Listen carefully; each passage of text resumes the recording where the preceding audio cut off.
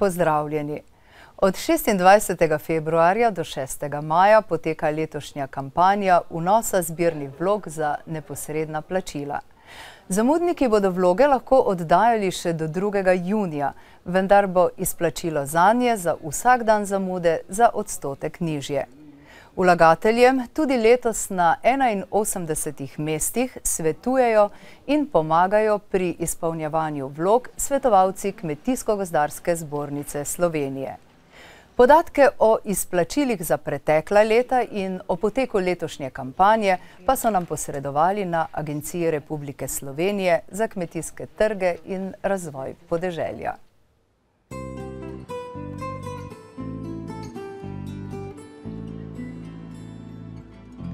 Agencija Republike Slovenije za kmetijske trge in razvoj podeželja na podlagi zahtevkov zbirnih vlog vlagateljem vsako leto izplača okoli 222 milijonov evrov. Za leto 2012 so tako izplačali 139 milijonov evrov neposrednih plačil za površine in živali ali tako imenovanih eko-nič plačil, 44 milijonov evrov za območja z omejenimi dejavniki in 39 milijonov evrov za tako imenovane KOP programe. Na podlagi zahtevkov zbirnih vlog za leto 2013 je bilo do 20. marca letošnjega leta izplačanih 139,3 milijone evrov eko-nič izplačil ter 44,9 milijona evrov izravnalnih plačil za območja z omejenimi dejavniki. Izplačila kmetijsko-okoljskih ukrepov KOP bodo predvidoma začeli izplačevati v prvi polovici aprila. V letošnjem letu kampanja oddaje zbirnih vlog poteka brez večjih posebnosti. V letošnjem letu poteka oddaja zbirnih vlog precej podobno kot v preteklih letih, dokaj tekoče. Mogoče bi na tem mestu sedaj opozoril na rahlo zamudo, ki se nam v teh dneh dejansko jo spremljamo. Vidimo, da oddanih vlog ni toliko, kot je bilo v enakem obdobju lani, tako da bi na tem mestu opozoril vlagatelje, da pospešijo, da probajo čim prej urediti svoje stanje, najprej seveda na RKG-ju, da se potem pridejo in dogovorijo z kmetijskimi svetovalci za oddajo zbirne vloge. Tako da oddaja poteka izključno preko računalnikov? Oddaja poteka izključno preko računalnikov, to je že utečeno, ponavadi se vlagatelji odločajo za oddajo na kmetijsko-svetovalnih službah, možna je pa tudi oddaja na naši spletni strani preko naše aplikacije e-Kmetija. Za leto 2014 pri uveljavljanju neposrednih plačil ni bistvenih novosti. Na področju kmetijsko-okoljskih programov KOP so v letošnjem letu odprti nekateri podukrepi. Mogoče je za omeniti, da imamo nov ukrep v letošnjem letu, dobrobit živali, ki se izvaja na področju prašičereje. Tukaj gre za vlagatelje, ki pač imajo več kot 20 plemenskih svinj oziroma 100 prašičev pitancev. Ti lahko pač tudi vlagajo zahtevek za ta ukrep v letošnjem letu. To je novost. Da bi bilo v kampanji izpolnjevanja zbirnih vlog čim manj napak, naj vlagatelji pravočasno uredijo podatke v registru kmetijskih gospodarstev. Gerki morajo biti urejeni z dejanskim stanjem v naravi. Morebitne spremembe dejanske rabe pa je potrebno pravočasno uskladiti na upravni enoti. Gerke naj zelo natančno pregledajo predvsem nosilci kmetijskih gospodarstev, ki imajo zemljišča v vzhodnem delu Slovenije. Na tem območju so namreč stare letalske posnetke iz leta 2010 nadomestili z novimi posnetimi leta 2013. Slednji bodo gotovo zelo nazorno izpostavili morebitne spremembe rabe zemljišč. Pozorni naj bodo tudi vlagatelji zahtev za ukrepe kmetijsko-okoljskih programov. Mogoče bi bilo za opozoriti, da je potrebno do 31.8. imeti opravljeno izobraževanje v dolžini, v trajanju najmanj 4 ure. To je ena taka stvar, ki je precej pomembna. Opozoriti bi bilo tudi, da je potrebno voditi evidence o vseh delovnih opravilih na kmetiji. Potrebno je imeti tudi gnojilne načrte in ustrezno analizo tav. To so v bistvu tiste glavne stvari, ki jih bi bilo potrebno tukaj opozoriti. Agencija Republike Slovenije za kmetijske trge in razvoj podeželja poziva vse vlagatelje naj zbirno vlogo oddajo čim prej. Če potrebujejo pomoč javne službe za kmetijsko svetovanje, naj se svetovalci čim prej dogovorijo za termin elektronskega vnosa. Čim prejšnja oddaja zbirne vloge je priporočljiva tudi zaradi nekoliko daljših prvomajskih praznikov, ki bodo letos tik pred iztekom rednega dela kampanje. Krompir je poljščina, ki je na naših poljih pridelamo iz leta v leto manj. Pred 2 desetletjema smo ga namreč v Sloveniji pridelovali na 30.000 hektarjih, danes pa le še na dobrih 5.000 hektarjih kmetijskih površin. Nekaj večjih pridelovalcev krompirja je tudi v Podravju, kjer so letos gomolje posadili nekoliko bolj zgodaj, saj so se tla primerno ogrela že konec preteklega meseca.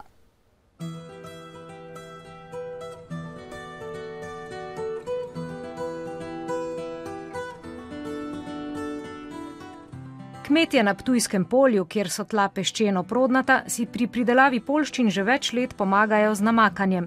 Pri Firbasovih pridelujejo krompir s pomočjo namakanja že kakšnih 20 let. Naša kmetija sadi okrog 8 do 10 hektarov krompirja vsako leto. V bistvu s sajenjem smo zaključili, ker so pogoji bili letos zelo dobri za sajenje. V bistvu narava je dokaj hitro začela in smo v bistvu se pridelovalci mogli kar po njej malo uravnati in začeti z sajenjem zgodnjih in poznih sort krompirja.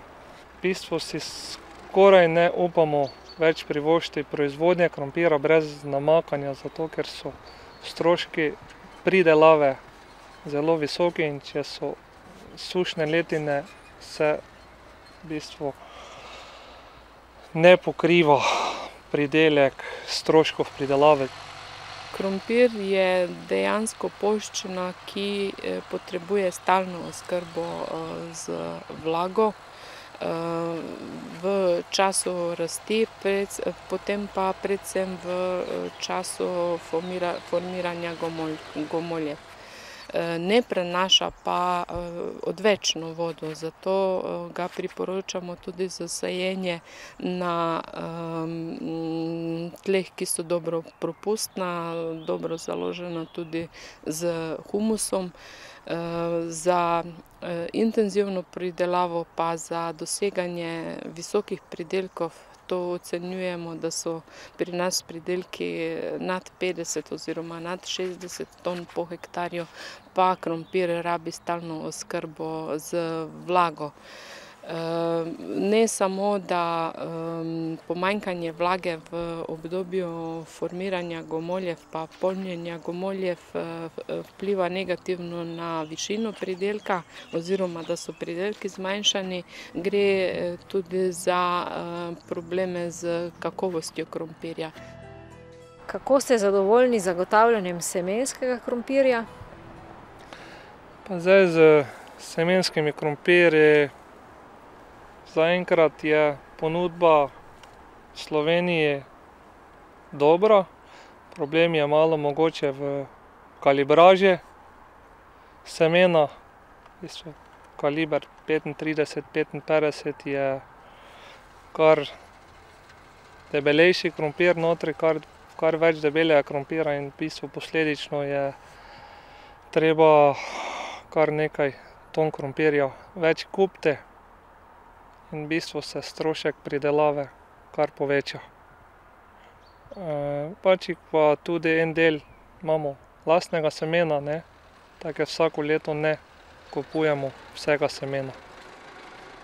Večina pridelovalcev na tem koncu Slovenije za odkup krompirja nima sklenjenih dolgoletnih pogodb. Pridelek vsako leto sproti odprodajajo v večje trgovske centre in zato je njihov zaslužek zelo odvisen od vsakokratne letine.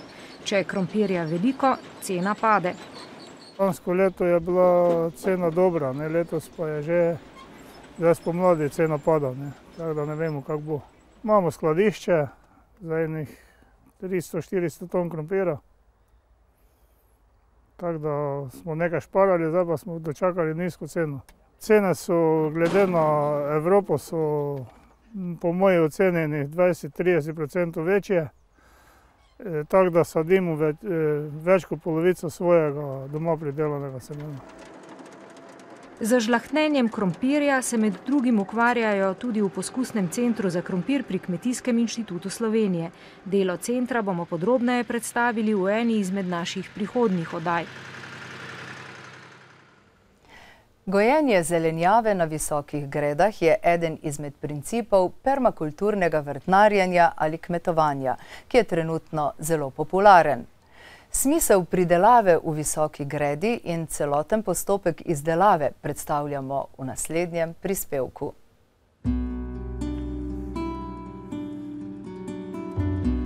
Simon Ferlinc je pred svojo vrtnarijo pod Pekarsko gorco v Mariboru postavil 3 visoke grede za pridelavo zelenjave. V gredo, obito z macesnovimi plohi, je jeseni naložil plast lesnih sekancev, slamo in hlevski gnoj. Ta postopek se imenuje tudi permakultura, kar pomeni ustvarjanje življenjskega okolja, habitata za zelenjavo. Nekako ponazarjamo oziroma kopiramo naravna tla s tem, da pač ustvarimo veliko debelejši sloj te trohneče organske mase, ki je na površini.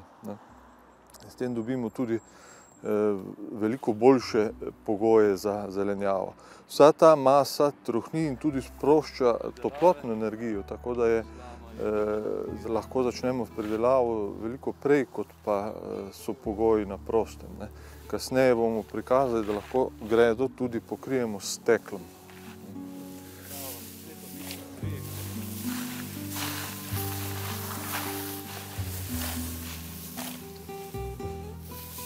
Gredo napolnimo z sekanci in slamo, damo na vrh hlevski gnoj.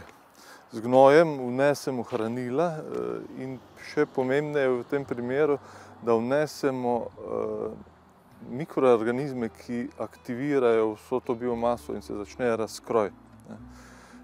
Gnoj razgrnemo po površini slame in spet ponovno vse skupaj dobro pretlačimo.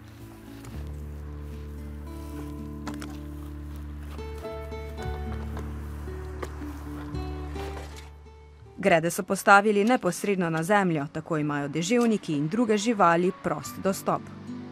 Čez zimo so se visoke grede posedle. Vsa ta biomasa, ki smo jo naložili, je začela trohneti, oddaja hranila in toploto. In smo jih lahko letos zelo zgodaj spomladi že zasadili in tudi danes bomo zasadili še naprej zadnjo gredo. Tik pred zasaditvijo smo samo zrahljali vrhnji sloj zemlje in dodali še nekaj dodatno zemlje, da smo lahko gredo lepo zravnali. V bistvu je pa zemlja zelo prhka in rahla, tako da ni potrebne posebej lopatanja ali podobno. Zaradi višine grede je delo manj naporno. Med prve kulture, ki so primerne za pridelavo v visokih gredah, pa spadajo različne vrste listnate zelenjave. Ko bomo pa prvo solato pobrali, iz prve grede bomo pa že plodovke posadili, kumare, prve grede, tudi češnjo, paradižnik, nizke rasti, pa še kaj se bo našlo, tudi kakšne drobne paprike in podobno. Greda je lahko skozi celo leto nekaj kultur menjana. Če solate, v solate lahko tudi 5 solat porežemo iz ene grede na leto. Pri paradižniku in kumarcah pa manj, ker je pač daljša rastna doba. Sadike je treba dobro zaliti. Simon Ferlinc je grede pokril tudi s steklenimi ploščami. Prvo solato so posadili sredi februarja, po mesecu dni je začela oblikovati glave. Tak način pridelave je primeren tudi za manjše prostore.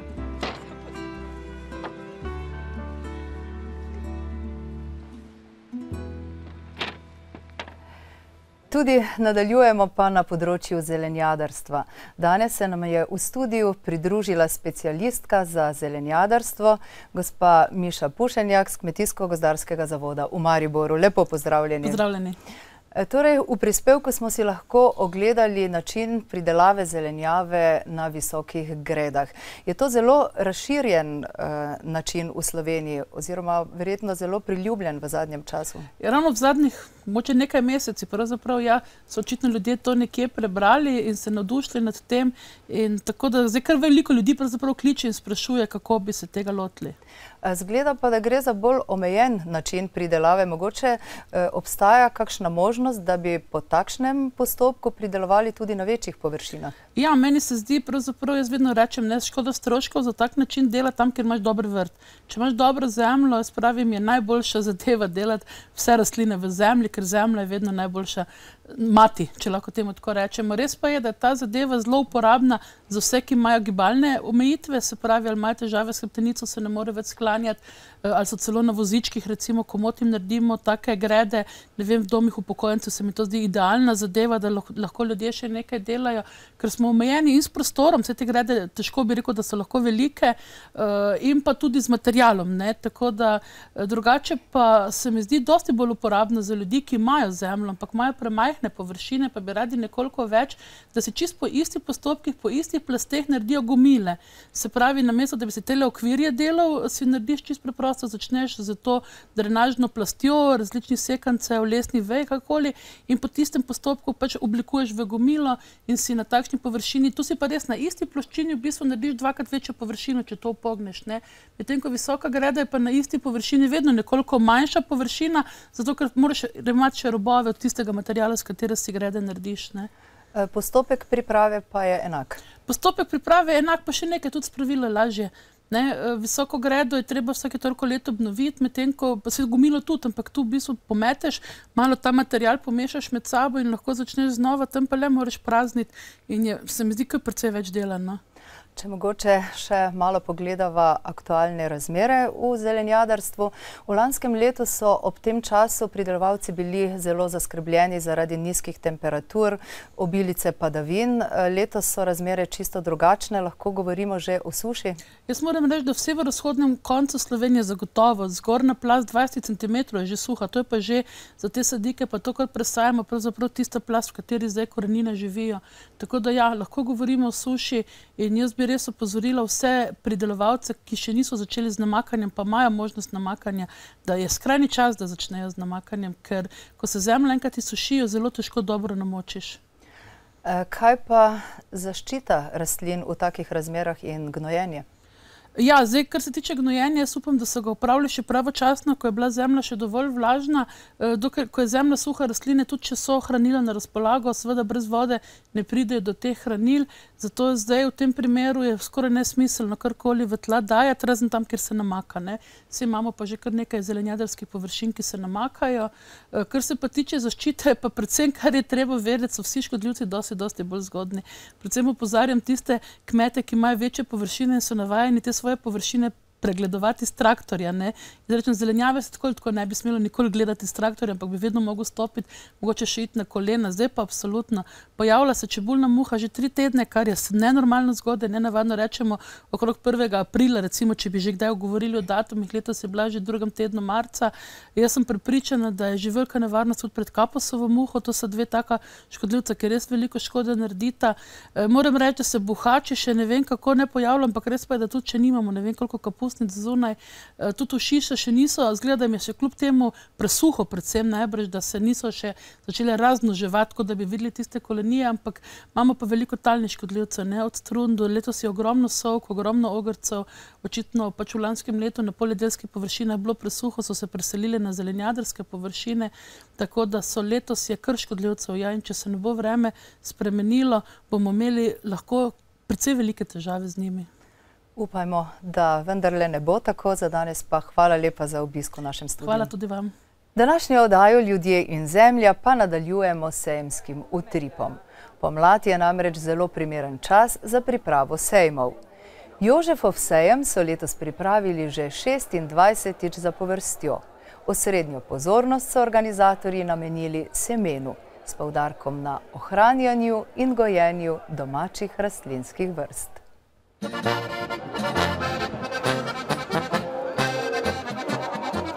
Pokrovitelj sejma Kmetijska zadruga Petrovče je tudi tokrat tematski del sejma prepustil specialistom Kmetijsko-gozdarske zbornice Celje, ki so k spremljevalnim prireditvam privabili še druge ustanove, organizacije in društva, ki se ukvarjajo s pridelavo, hrambo in preučevanjem rastlin in semen.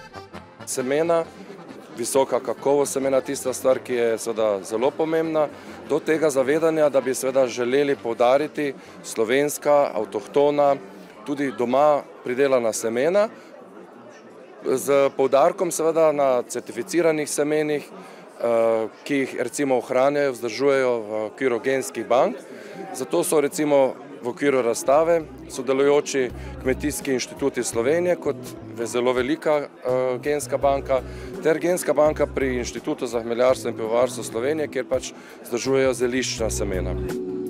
Mislim, da je ta tematika zelo danes aktualna, saj se zavedamo, da vse te naša globalizacija, ki prihaja na naš majhen slovenski trg, in mislim, da še kako pomembno, da ohranjamo svoje domače slovensko in ki je tudi kvalitetno seme, saj se moramo zavedati, seveda narod brez semena, se pravi brez korenin, tudi nima obstoja za prihodnost.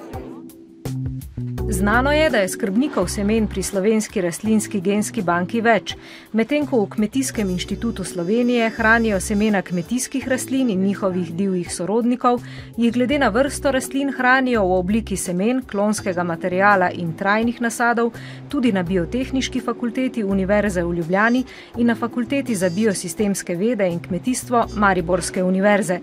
Semena zelišč in dišavnic pa hranijo v Inštitutu za hmeljarstvo in pivovarstvo Slovenije iz Žalca. Naša genska banka ima že tradicijo od same ustanovitve inštituta, torej od leta 1952, ko so spoznali, da uvožene sorte hmelja, tuje sorte, ne dajo takih lastnosti, kot bi lahko dale domače. Zato so začeli nabirati in delati primerjavo, analizirati najprej hmel, torej divji hmel. In kot rezultat tega je, da je večina sort, ki se prideluje danes v Sloveniji, potomcev tudi dednine avtohtonega genskega vira, torej moški hmel je bil divji hmel. Po drugi strani imamo pa potem od leta 1976, kjer je bil pa ustanovljen vrt zdravilnih in aromatičnih rastlin, pa obsežno zbirko zdravilnih rastlin, in sicer jih je preko 250 različnih v našem vrtu, od tega jih je 42 avtohtonih, ki so pripadniki 20 različnih rastlinskih vrst.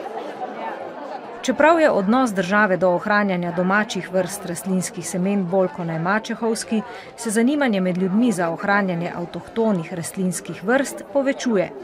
Prav ohranjanju semen in razširjanju med ljudmi je namenjena tudi štafeta semen. Zdaj sprašujem za ajdo, ker to je tudi v zdravilne namene in sem imel pa 2 pridelka prehiter, da nisem do semena prišel. Tako da je bolj posebej za seme v 3. rundi, mislim tam lahko na jesen, tako je ponovadi, da se pol pride do semena, drugače pa iz semena izničiš pol, da nima semena. Mislim, da imamo okoli 150 sort fižola. To izbiram že veliko let, ker je že to prej izbirala moja mama, in ko je imela zadnjo leto pridelala semena, sem ni mogla obljubiti, da bom ta semena čuvala pa naprej zbirala. Pa mislim, da je kar lepo, da kar uspešno zbiram še naprej. Iščem tudi v okviru društva Ajde Štajerske, se trudimo, da ohranjamo stara semena, ne samo fižolov, tudi drugih naših domačih vrtnin. Prav načrtno zbiramo, tudi sem bila pobudnica akcije v našem društvu, da bom jaz prevzela to vlogo, pa bom jaz naredila teh zbir, teh semen in bom pol zabeležila, tako da bom imela tak centralni register semen. Zanimanje za sajenje domačih rastlinskih vrst so zaznali tudi pri Semenarni Ljubljana, kjer zadnja leta načrtno sodelujejo s slovenskimi pridelovalci semen. Predstavljamo zgodbo Sejemo slovensko, kateri je v bistvu naš trenutni, bom rekla, najbolj pomemben projekt pri semenih. Poudarki tega projekta pa so v čem? Poznamo že čebulo belokranjko, ptujski luk, še kaj? Predvsem na slovenskih sortah, mogoče fižolov, precej fižolov je znotraj slovenskih sort, potem 2 solati, leda in pa bistra, potem najdemo tudi korenje, ljubljansko rumeno, tako kot ste že omenila, čebulo, tera, belokranjka, potem česen, ptujski jesenski in pa ptujski spomladanski česen, potem paradižnik, val, precej paprik in tako naprej. Mi smo zelo ponosni na eno in zelo pomembno rastlinsko vrsto, ki prihaja iz zelenjadnic, to je visok fižol, savinjski sivček oziroma po semenarninu, ki ga je pred leti selekcionirala semenarna 22. Ta je zelo razširjena pri pridelovalcih hmelja in je ena od glavnih teh sort, ki so iz tega območja. Za kulinarični del razstave na sejmu so poskrbele kmečke ženske iz Žalca. Vsako leto se pač soočamo z težjimi izzivi, kako predstaviti tematiko, ki je pač to leto na sejmu. In letos semena ni bila taka težava, smo z lahkoto vključili, ker veliko pečemo. V kvašenih izdelkih se lahko uporabi veliko semen za razne posipe. Potem, kot ste verjetno si ogledali našo razstavo, kje vse se pač v naši kulinariki lahko uporabljajo semena. Od ješprena do prosa, mogoče obudile stare recepture. Najbolj mi je bila všeč prosena mlečna župa, se reče po savinjsko, z suhimi češpljami. Kulinarični del razstave smo prav tako usmerili v tisto rdečo nit seme v kulinariki. Najprej smo predstavili semena, ki se uporabljajo v kulinariki ali kot začimbe, kumina, janež in tako naprej, ali kot stročnice, med njimi tudi savinjski sivček kot fižol, potem žita, razne kosmiče, potem smo pripravili kalčke, to se pravi semena smo nakalile, smo pripravili razne jedi, tradicionalne iz naše gastronomske dediščine. Prav za našo kulinarično regijo je značilna prosena mlečna župa z suhimi slivami in potem pa tradicionalni ješprenj. Tudi letos so na prireditvi sodelovali hmeljarji, ponudbo na razstavni stojnici pa so tokrat prilagodili osrednji temi in predstavili 6 osnovnih vrst hmelja. Obiskovalci pa so lahko pokusili lokalno cesarjevo pivo. Precej sort semen avtohtonih je izumrlo in je tisti, ki se s tem še ukvarjajo, je zelo dobro došlo, da se slovenske sorte ohranijo in je takšna razstava kar velik dobrobit in doprinos k temu, da se to čim bolj ohranja in da ljudje spoznajo tudi slovenske sorte. Če jaz navežem naprej, gor ste videli, kjer se predstavlja inštitut z svojo gensko banko, kjer gre od kalčka v epruveti do pridelane sadike. Mi, društvo hmeljarjev, se pa naprej navezujemo na njih, mi pa prikazujemo tu od storžka pa do končnega produkta. Mogoče je to bolj neznano, se že kar vrsto let ukvarjajo tudi s pridelavo semenskega fižola za semenarno. To je ta sorta semenarna 22 oziroma mi v Savinjski ga bolj poznamo kot savinjski sivček. In ta fižol raste kar tam na okoli 50 do 100 hektarjev vsako leto v Savinjski dolini in to v žičnicah v času premene, torej v času med dvema nasadoma hmelja. Nekaj tega fižola, tako kot sem dejala, pridelujejo kot za seme, semenski material, ostalo pač kot merkantilno seme, ki ga tudi vsako leto lahko prodajo. Poleg tega pa se v zadnjih letih so se precej razširile v premeni tudi buče za olje, tako da tudi potem kot neko dopolnilno dejavnost na hmeljarskih kmetijah tudi potem ponujajo že tudi bučno olje. In seveda fižol, kar tudi lepo gre skupaj. V Grabnu pri Novem mestu pa so letos pripravili jubilejni 20. Gregorjev sejem, na katerem tradicionalno predstavijo novosti v kmetijstvu in vrtnarstvu.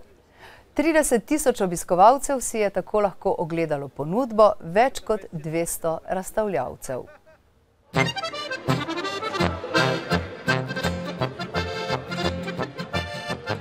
Čeprav novomeški Gregorjev sejem rad poškropi dež, lani pa jim je preglavice povzročal sneg, so imeli prireditelji tokrat srečo z vremenom. Sicer pa so pomladni sejmi tudi priložnost za prodajo pridelkov in izdelkov okoliških kmetov in obrtnikov. To je razkošno zdaj. Razkošno in tako, da ne veš, kam bi se obrnil in zakaj bi se odločil. Če bi bilo pa nekaj malega, smo vse vedeli, kaj bi bilo.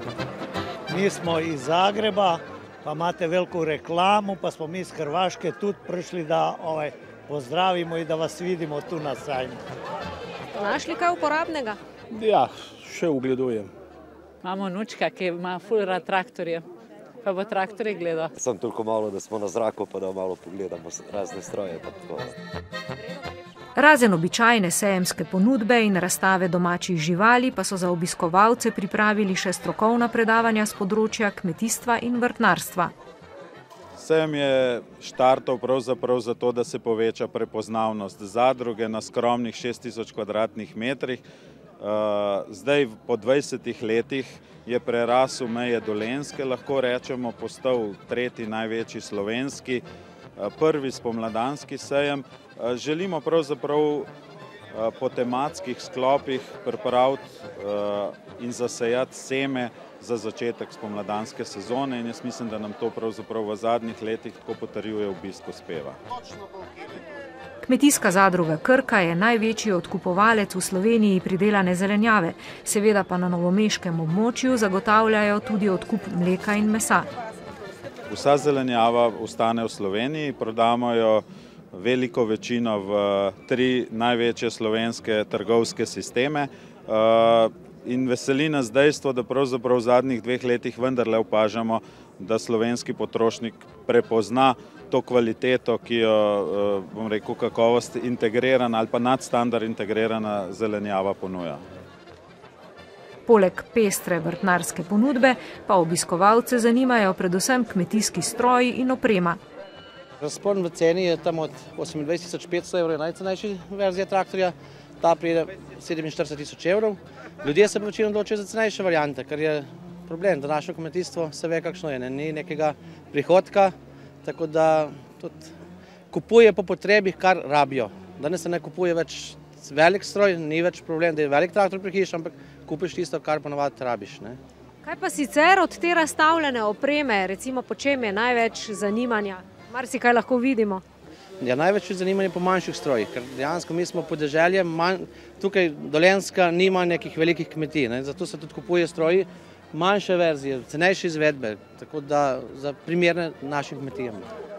Tak sejem nudi kmetom priložnost, da spoznavajo nove tehnologije, da se udeležijo kakšnega predavanja in pa seveda, da pridobijo ponudbe za stroje, ki jih nameravajo kupiti. Kaj pa sicer? Sejem je pač na sejmu je vedno nekaj, da napasemo oči, veliko koristnih reči. Kaj opažate, kaj bi lahko rekli nasploh za vaše območje, v kolikšni meri uspejo kmetje še slediti tem trendom? Ker trg vedno ponuja nove stvari, ampak koliko so kmetije na vašem območju še sposobne temu slediti? V bistvu povprečna velikost kmetije ni velika, se pravi, temu trendu v bistvu ne morejo slediti manjše kmetije, večje kmetije ga pa lahko tudi še celo prehitevajo. Tako da tak sejem tukaj v Novem mestu pomeni za ene spoznavanje novih stvari, za druge pa v bistvu možnost za nakup cenovno ugodnih strojev, ki jih pač rabijo za svojo manjšo kmetijo. V bistvu eni in drugi imajo priložnost na tem sejmu nekaj videti, je pa sam sejem vsako leto boljši, vsako leto večji in vsako leto bolj pester. Toliko za danes v oddaji Ljudje in zemlja. V našo družbo vabljeni tudi prihodnjo nedeljo. Do takrat pa vas iz mariborskega uredništva lepo pozdravljamo.